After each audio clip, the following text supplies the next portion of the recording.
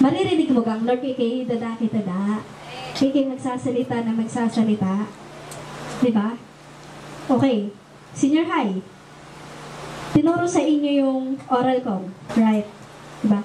Sige, two-way communication is sending and receiving. Sending and receiving. Tama? Nagsasalita at mayroong makikinig. So, paano natin maririnig ang instruction ng Panginoon kung tayo ay send ng send, salita ng salita? So, sa atin po, para marinig natin si Lord, tayo ay manahimik at makinig. Kasi sabi po, take note again, when we are silent, the Holy Spirit is loud. Amen po. Di ka tinatanong natin sarili natin, Lord, bakit hindi kita naririnig? Amen? Tayo po kasi imik-imik. Imik ng imik. Ang dami nating dinidiman sa Lord. Ang tanong, nakikinig ka sa Lord? Nakikinig ba tayo? O baka naman, kaya hindi natin nakukuha yung pinapanalangin natin kasi doon lang tayo nakafocus sa kung ano yung gusto nating makuha. Hindi natin binibigyan ng espasyo ang Panginoon na magsalita sa atin. Amen po.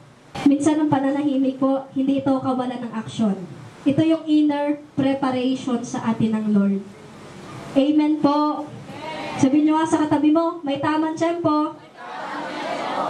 Amen.